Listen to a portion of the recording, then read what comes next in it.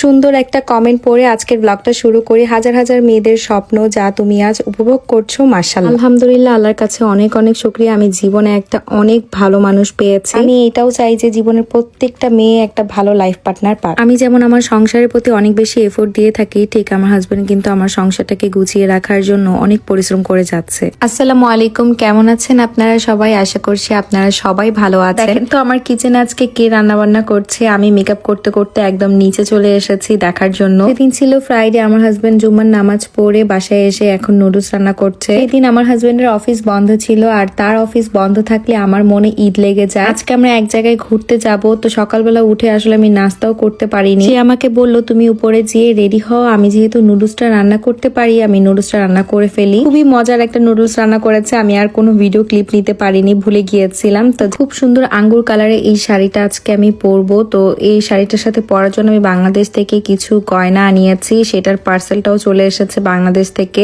একই পেজ থেকে আমি 3টার মতন গয়না নিয়েছি, আর এই দুইটা হচ্ছে আমার শাড়ির সাথে ম্যাচিং হচ্ছিল। আমি আসলে কনফিউজড হয়ে যাই যে আমি কোনটা পরবো, দুইটাই বের করে দেখছিলাম। ফার্স্টে আরেকটা পরেছিলাম, তারপরে দেখলাম যে এই জুয়েলারিটা আমার শাড়ির সাথে খুবই সুন্দর লাগছে। এই টাইপের ম্যাক্সিমাম জুয়েলারি আমি নিজেই পারচেস করে থাকি, এগুলো কোনো পিয়ারের জুয়েলারি ছিল না। এটার সাথে ম্যাচিং চুড়িও ছিল, তো চুড়িও ম্যাচিং করে পরে নিলাম। এই যে পিছনে দেখেন সেও পরে আসছে, আর সেও কিন্তু আমার সাথে আজকে ম্যাচিং করে শার্ট পরেছে। জামাই বোর আসলে একটু ম্যাচিং করে পরতে অনেক বেশি ভালোই লাগে। আজকে কিন্তু আমরা একা ঘুরতে যাচ্ছি না, ইলাপুরা আর আমরা একসাথে ঘুরতে যাচ্ছি। নেলস লাগাতে ভুলে গিয়েছিলাম, দেন গাড়িতে বসেই হচ্ছে আমি নেলসটা আমার হাতে লাগিয়ে নিয়েছি। নেলসটা একটা ফেসবুক পেজ থেকে নেওয়া হয়েছে, আমি অবশ্যই পেজটা মেনশন করে দিব। তাদের পেজে অনেক সুন্দর সুন্দর নেলস আছে। ড্রেস শাড়ির সাথে আমি অনেকগুলো নেলস আমি আনিয়ে রেখেছি বাংলাদেশ থেকে। আমরা টোকিওতে খুবই সুন্দর একটা জায়গায় ঘুরতে যাচ্ছি। অলরেডি কিন্তু আমরা এই জায়গায় একবার ঘুরে এসেছি, তাও ভাবলাম যে আবার সেখানে যাই, কারণ জায়গাটা খুবই সুন্দর। ইলাপু আর ভাইয়াও দুইজনই ম্যাচিং করে এসেছিল, দুইজনকে খুবই সুন্দর লাগছিল। আমার কাছে মনে হয় আমাদের এই 4 জনের কম্বিনেশনটাই আসলে বেস্ট। আপনাদের কাছে আমাদের এই 4 জনকে কেমন লাগে অবশ্যই কমেন্ট করে জানাবেন। আজকে আমরা টোকিওর যে হোটেলটাতে এসেছি, এই হোটেলটার নেম হচ্ছে হোটেল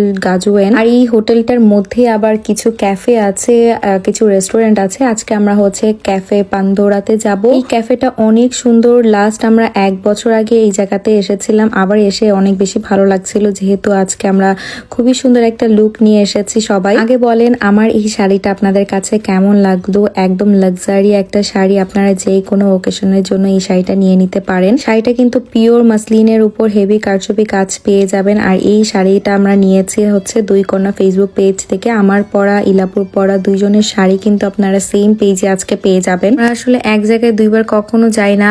জাপানে আসলে ঘোরার মতন অনেক প্লেস আছে, কিন্তু এই প্লেসটা না মানে একটু বেশি সুন্দর, মানে এখানকার ইনডোর আউটডোর দুইটাই অনেক সুন্দর। এখানে দেখেন কি সুন্দর ঝর্ণার মতন পড়ছে, এটা কিন্তু কৃত্রিম মানে প্রাকৃতিক না। আর ফুল ব্লাউজটার মধ্যে অনেক বেশি হেভি কাজ করা আছে। আমার এই টাইপের ব্লাউজ আসলে অনেক বেশি ভালো লাগে। কোন ফেসবুক পেজটা আসলে ভিজিট করলে আপনারা দেখতে পারবেন তাদের পেজে এত গর্জিয়াস এত সুন্দর সুন্দর শাড়ি আছে। প্রত্যেকটা শাড়ি মনে করেন আপনার মন ছুঁয়ে ফেলবে, এমন একটা সিচুয়েশন, আপনি নিজেই কনফিউজড হয়ে যাবেন যে আপনি কোনটা রেখে কোনটা নিবেন। আর এই হলো আমাদের ভিডিওর বিহাইন্ড দ্য সিন। আমাদের জামাইরা আমাদেরকে ছবির ভিডিও তুলে দেয়। আমি যেখানে যাই না কেন সেখানে আমি স্ট্যান্ড ক্যারি করি, যেহেতু আমি সেদিন অনেক হেভি একটা শাড়ি পরেছি। আমারও আসলে মনে নেই, স্ট্যান্ডটা আসলে গাড়িতেই রাখা ছিল, মানে পার্কিং এ ছিল গাড়িটা, সেখানে যে আবার নিয়ে আসবে মানে সেই শক্তি আর আমার জামাই ছিল না। ওর কি মানুষকে ধরাই দিছে ছবি তোলার জন্য। এখানে আমার একটা ভিয়েতনামি ছেলে আর মেয়ে আসছিল, তো ছবি তোলার জন্য তাদেরকে দিয়ে আমাদের 4 জনের একটা সুন্দর ছবি তুলে নিয়েছি, যা আপনারা অলরেডি দেখে ফেলেছেন। এরপর কি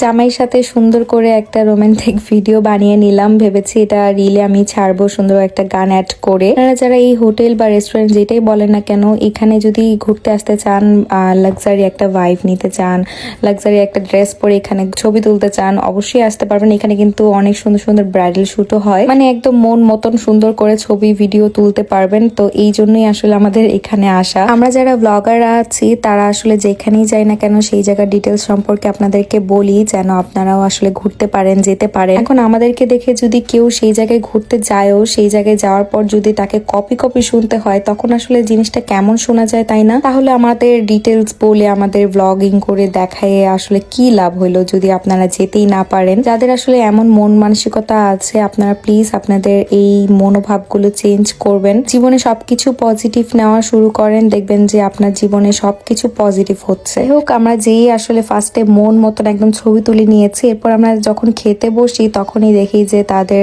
রেস্টুরেন্টে যত কেকের যে আইটেমগুলো ছিল সবগুলো সোল্ড আউট হয়ে যায়। তারপর কি হালাল বলতে আসলে এখানে এই ফ্রেঞ্চ ফ্রাই আর এই একটা কেকই ছিল, যেটা আসলে আমরা 4 জন মিলে একসাথে খেয়েছি। আলু, হ্যাঁ, এটা কোনো সাধারণ আলু নয়।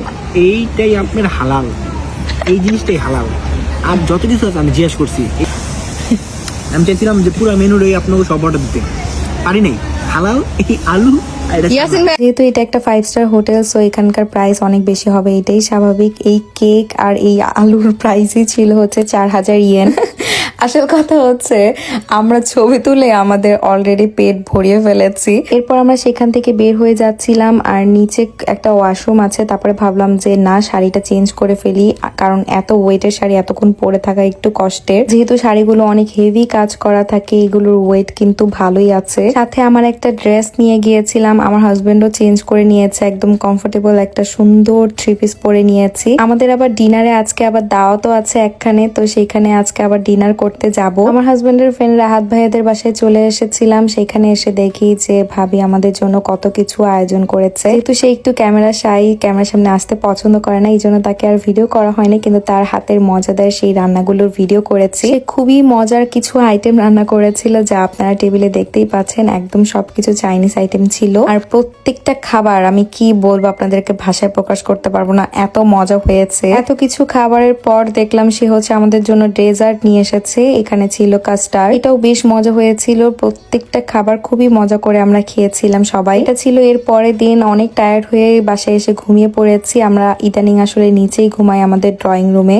আমার বাসার এই অবস্থা দেখে আমার পুরো মাথা ঘোরাচ্ছিল। এতদিন খালি আমি ঘুরছি আর ঘুরছি, এখন আমার এই বাসা গুছাইতে হবে। এর মধ্যে যে বাংলাদেশ থেকে পার্সেলটা এসেছিল, আমি সেই পার্সেলের ড্রেসগুলো আসলে খুলে খুলে দেখিনি। তারপরে ভাবলাম যে ড্রেসগুলো খুলে দেখি, এত সুন্দর সুন্দর ড্রেস এসেছে এবার। আই হোপ আজকের ব্লগটা আপনাদের কাছে ভালো লেগেছে। ভালো লাগলে অবশ্যই লাইক এন্ড ফলো করতে কিন্তু ভুলবেন না। যারা ইউটিউব থেকে আমার ব্লগটি দেখছেন, অবশ্যই আমার চ্যানেলে একটা সাবস্ক্রাইব করে যাবেন। সবাইকে আল্লাহ হাফিজ।